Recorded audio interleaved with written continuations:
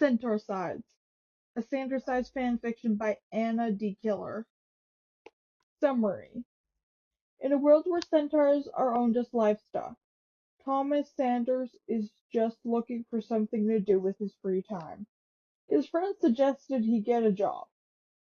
He's honestly not sure how that led to him buying a sixth centaur, even though he's been fighting for centaurs to have freedom since freshman year of high school.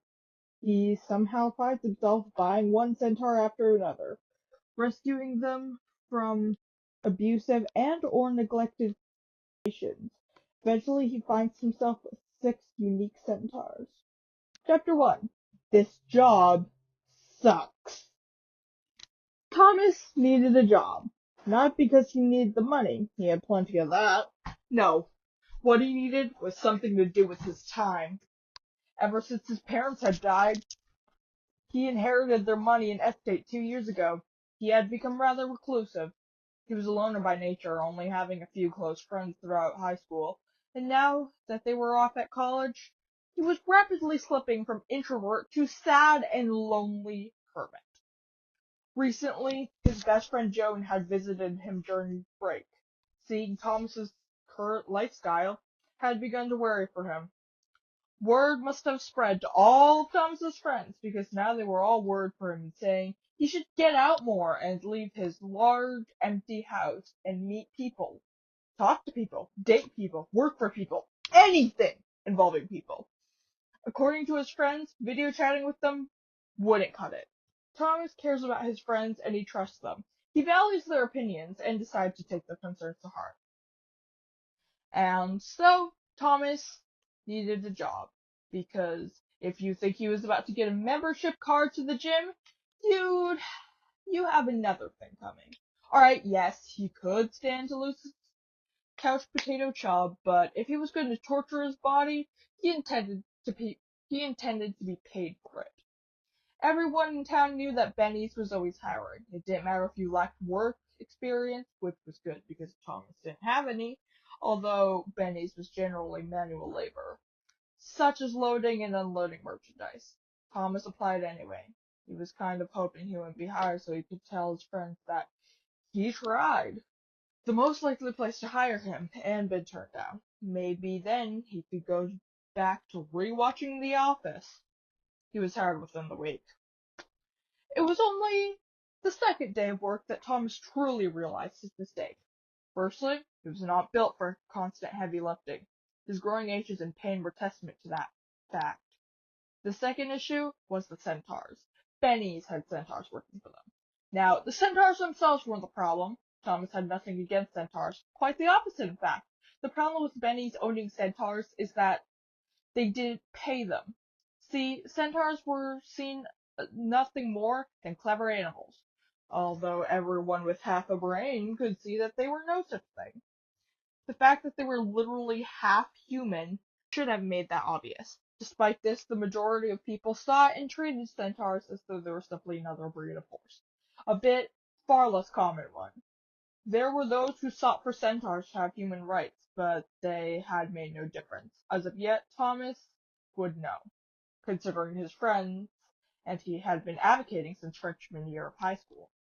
Therefore, it wouldn't be so hard to see why Thomas was upset that Thursday night. A large part of him wanted to quit, while the other part argued that he should stay.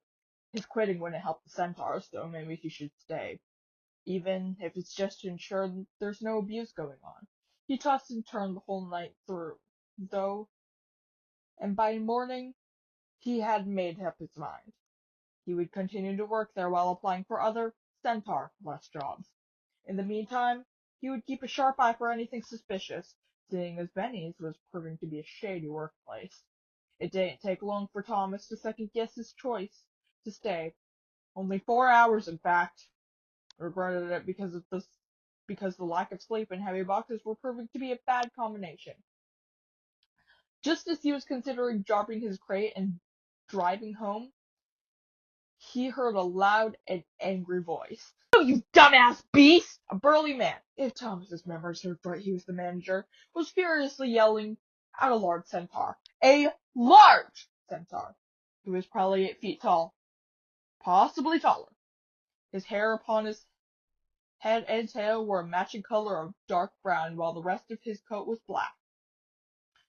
As I have told you repeatedly, this quantity of cargo is too substantial for any one centaur to move, replied the massive centaur. Thomas knew that the centaurs could obviously talk, but he couldn't say that he had heard one before. Now, the other centaurs he'd seen all been submissive and quiet, as though the thought of talking had no appeal to them. By the stubborn and frustrated look on the one's face, it was clear that he was not of the same opinion. Don't you dare fucking talk back to me, you damn animal! When I tell you to pull something, you pull it! The manager was turning red in the face, as one hand reached for his belt. Now, as frightened as the large angry manager was, his anger paled in comparison to the large centaurs. He was by far the tallest and largest centaur Thomas had ever seen, and frankly, Thomas didn't think angering him was a smart idea. The centaur leaned down a bit to yell back at the manager. A task much easier accomplished when actually feasible. His height was enough to intimidate just about anyone. If it didn't manage to do the trick, the look of pure wrath most certainly would. The manager didn't even hesitate to slap the centaur directly across the face. Thomas's eyes blew wide open. He glanced around to see if anyone else was as shocked as he was, but no one even bothered to watch the shouting match. The centaur shot back, and even from across the warehouse that he was barely holding his anger in check. He looked as though he was vibrating with it. Don't ever talk back to me again, you fucking got that? Or next time it'll be this. The manager pulls out what Thomas thought to be a taser from his pocket. The centaur nods stiffly. Now get the fuck back to work. The manager stalks off without a backwards glance. Thomas is left staring, unaware he is partially blocking a loading ramp. Didn't even make it till noon, one of his coworkers chuckles. Thomas jumps as the voice sounds right behind him. Jensen owes me a drink. The worker continued chuckling to himself. Thomas finds his voice. Who didn't make it till noon? His coworker looks at him very funny before nodding his head towards the centaur, who was struggling to pull a heavy, overpacked cart. That giant over there. The tar is awful tempered and gets himself in trouble at least once a week. If the stupid thing had a brain, it would shut up by now, save itself from the trouble. He shakes his head, as though he thinks it's a terrible shame. Thomas looks back at the centaur, who is painstakingly, slowly, dragging the cart across the ground. He's only getting a few inches at a time, and the cart is so heavy the wheels are starting to warp a little. It doesn't look as though the centaur was wrong when he said it was too much weight. A bell's ring echoes through the warehouse, signaling the morning shift is over, and Thomas wilts in relief. Thomas had always thought that the bell signaling the end of class was the sweetest sound he'd ever heard, but his aching body led him to think otherwise. The coworker pats Thomas on the shoulder. Thomas's shoulder doesn't appreciate it. Well, I'm gonna get lunch. Coming, newbie? I'll be there in a little bit. I just want to finish this last load. Thomas gestures to the few remaining crates. Like hell he does. Knock yourself out, man. With that, the rest of his coworkers leave the warehouse. Thomas checks to make sure he's alone. Certain he is, he hops off the loading dock and works his way towards the centaur. The centaur is glaring at his feet and straining at the harness to move forward. Upon hearing Thomas approaching, his head shoots up. There's a red mark on his face where he was hit. Thomas falters. Maybe this was a bad idea. The guy looks like he'd rather be alone, or killing someone. Also, he's over 2 feet taller than Thomas. Yeah, this was a bad idea. As Thomas is moving to turn about face and get the hell out of there, his eyes fall back on the red marring on the centaur's face. Again, he hesitates. Do you want something? Snaps a sharp voice. It pierces through Thomas' thoughts like an arrow. His eyes shifts over to the centaur's blue ones. While the anger is still residing in them, there's also a smidge of curiosity. I guess I just wanted to see if you wanted any help. Thomas stutters, suddenly aware it could be taken as an insult, or maybe he's just paranoid. The centaur looks at it. into his eyes, but doesn't seem to find whatever he's looking for. Why? The larger of the two crosses his arms defensively, though to Thomas it seems more aggressive than anything else. Because I want to help? There's no way that cart is making it all the way to the dock. Thomas tries to look less frightened than he is. The Centaur glances back at all the crates and then to Thomas, who is trying to make himself look sincere. If you truly wish to be of assistance, I will not hinder you doing so. Cool. Let me go get a dolly. Thomas runs off before the moody Centaur can change his mind. The Centaur watches him leave and wonders as whether the newbie is truly intending to help or if this is an elaborate prank. Only one way to find out, he decides. Thomas hurries back, pushing a dolly. Neither says anything as he begins to remove the top crates and set them down on the dolly. It's hard work, and Thomas can't understand how the Centaur was able to move the cart at all. This is crazy. They seriously wanted you to move this all by yourself? Thomas grunts as he struggles with one of the heavier crates. The Centaur is unable to help, seeing as though he is harnessed to the front of the cart and unable to turn about. The Centaur huffs. It is preposterous, he agrees. Asking any Centaur to pull more than 3 times their weight is ill-advised. These are 3 times as heavy as you? Thomas gasps. That guy's probably 2,500 lb. What? So all of these crates have to be? No, these crates are 5 times my weight, states the Centaur matter-of-factly. Thomas gasps. Is this guy an ant? No, wait, that sounds dumb. What else is super strong? Wait. What? Is there a reason you're making an odd face at me? The Centaur looks confused. Nothing! I'm just impressed. Thomas quickly turns back to loading his dolly. As it turns out, the crates were just the top. Underneath them was a huge amount of sacks. Dude, I'm gonna take these to the dock and come back for more. If I put any more on this thing, I won't be able to push it. The Centaur nods and goes back to pulling the cart. Being a few hundred pounds lighter allows him to move a little bit easier, but he's still only gaining a few inches every minute. Rushing back, Thomas studies the sacks. After testing one's weight and discovering it weighs far too much for him to lift alone, he settles on pushing the sack off the cart and onto the dolly. He is fully absorbed in his work as he hears the Centaur clear his throat. While I appreciate your assistance, I feel I must inform you that you are under no obligation to do so, and if you continue to assist me, you will miss out on your break.